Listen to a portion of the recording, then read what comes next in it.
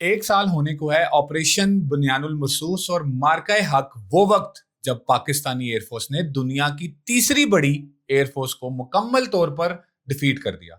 World war to के बाद ये सबसे बड़ी एयर बैटल थी जिसमें 100 से ज्यादा एयरक्राफ्ट, एवेक्स, जैमिंग सिस्टम्स, इलेक्ट्रॉनिक वॉरफेयर और साइबर फोर्स ने हिस्सा लिया। पाकिस्तान ने फ्रांस के अनडिफीटेड राफेल जेट्स, जिनका स्पेक्ट्रा रडार जैमिंग सिस्टम दुनिया भर में मशहूर है, उनको भी सक्सेसफुली न्यूट्रलाइज कर दिया। पहलगाम अटैक, जिसमें हिंदुओं को अनफॉर्चुनेटली टारगेट किया गया था, ये इंडियन गवर्नमेंट का एक फॉल्स फ्लैग ऑपरेशन था। इस इंसिडेंट के फौरन बाद गूदी मीडिया ने पाकिस्तान पर इल्जाम लगा दिया और सर्जिकल स्ट्राइक्स की धमकी देने लगे। रात के अंधेरे में भारत ने मस्जिदों, मदरसों और सिविलियन एरियाज पर हमले किए, लेकिन पाकिस्तानी एयरफोर्स रेडी थी। फाइटर जेट्स फौरन एयरबॉर्न हुए। वर्ल्ड वॉर टू के बाद पहली बड़ी one on one air battle शुरू होती है। सिर्फ चंद मिनटों में पाकिस्तान ने इंडिया के 6 jets, SU-30 MKI, MiG-21 Rafale और इसराइली ड्रोन्स तबाह कर दिए। इसके अलावा पाकिस्तान ने इंडियन साइड पे रशिया से खरीदा हुआ S-400 भी तबाह कर दिया, जिससे अमेरिका भी घबराता है, और ये सब बिना किसी नुकसान के। फिर कुछ ही घंटों की खामोशी के बाद भारत ने ड्रोन्स भेजना शुरू कर दिए पाकिस्तान की फिजाओं में। पाकिस्तानी फोर्सेस ने अवाम के साथ मिलकर ये ड्रोन्स तबाह किए। रशिया यूक्रेन और ईरान US इसराइल वॉर में ड्रोन्स ने बहुत इफेक्टिवली दुश्मनों को नुकसान पहुंचाया, मगर ये स्ट्रेटजी पाकिस्तान के अगेंस्ट इंडिया यूटिलाइज नहीं कर सका। ये पाकिस्तान की ऑपरेशनल तैयारी को जाहिर करता है, और पाकिस्तान ने हार्ड किल और सॉफ्ट किल का ऐसा नेटवर्क बना रखा है कि ड्रोन्स हमारी एयर स्पेस में इफेक्टिव नहीं रहते। ड्रोन्स के बाद भारत ने पाकिस्तानी मिलिट्री इंफ्रास्ट्रक्चर पर अपने ब्राह्मोस मिसाइल से हमले शुरू किए, जिसके नतीजे में पाकिस्तान ने ऑपरेशन बुनियानुल मरसूस का आगाज किया, जिसके सिर्फ 2 ही घंटे के बाद भारत घबराकर अमेरिका के पास जंग बंदी के लिए पहुंच गया। ऑपरेशन बुनियानुल मरसूस में पाकिस्तान ने फतेह 1, फतेह 2 रॉकेट्स इस्तेमाल किए, चाइनीज विंग लॉन्ग 2 और टर्किश अकिंची ड्रोन्स इस्तेमाल हुए। ये ड्रोन्स दिल्ली की फिजाओं में पूरा दिन परवाज करते रहे और भारत इसका कुछ नहीं बिगाड़ सका।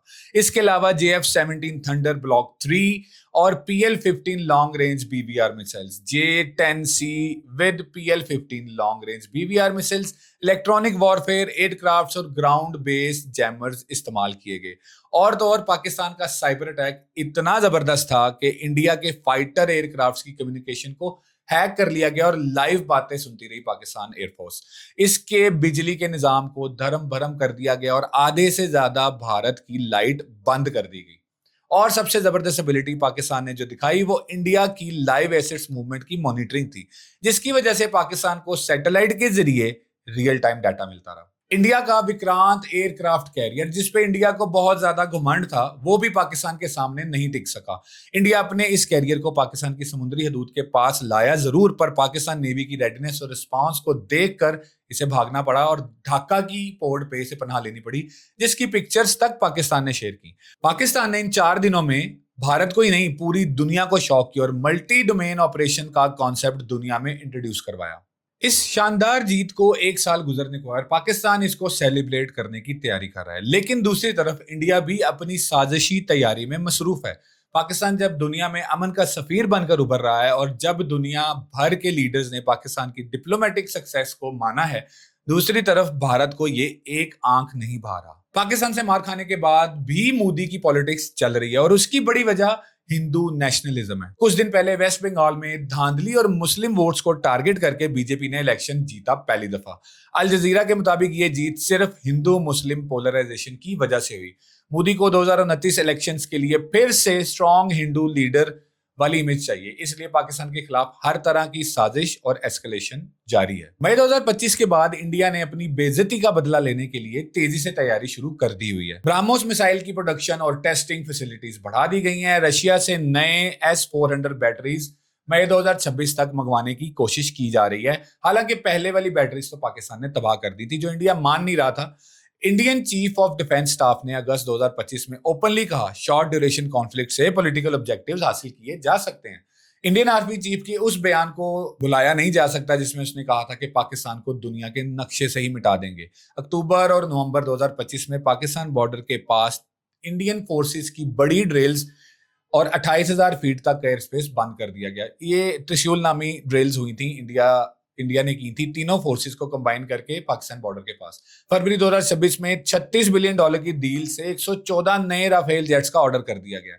समुंदर की तरफ भी तेजी से बिल्डअप चल रहा है इंडिया का। मई 2025 से अब तक 36 जंगी जहाज अरेबियन सी में उतार दिए गए हैं। आईएनएस विक्रांत कैरियर पाकिस्तान की हद से सिर्फ 400 नॉटिकल माइल्स दूर आईएनएस विक्रांत कैरियर पाकिस्तान की हद से सिर्फ 400 नॉटिकल माइल्स की दूरी पर है। इस हफ्ते 2 मई 2026 को नया stealth frigate INS Mahendragiri induct कर लिया गया है। सिर्फ एक महीने में तीसरा गाइडेड मिसाइल वॉरशिप। और 2026 का टारगेट है भारत का कि 19 नए वॉरशिप, मतलब हर 6 हफ्ते में एक नया जहाज। $8 बिलियन प्रोजेक्ट 75I के तहत 6 एडवांस एपीआई सबमरीन और रंबिली अंडरग्राउंड न्यूक्लियर सबमरीन बेस भी 2026 में ऑपरेशन होने वाली है भारत। अब जब भारत ये सब प्लानिंग कर रहा है तो पाकिस्तान भी खामोश नहीं बैठा हुआ।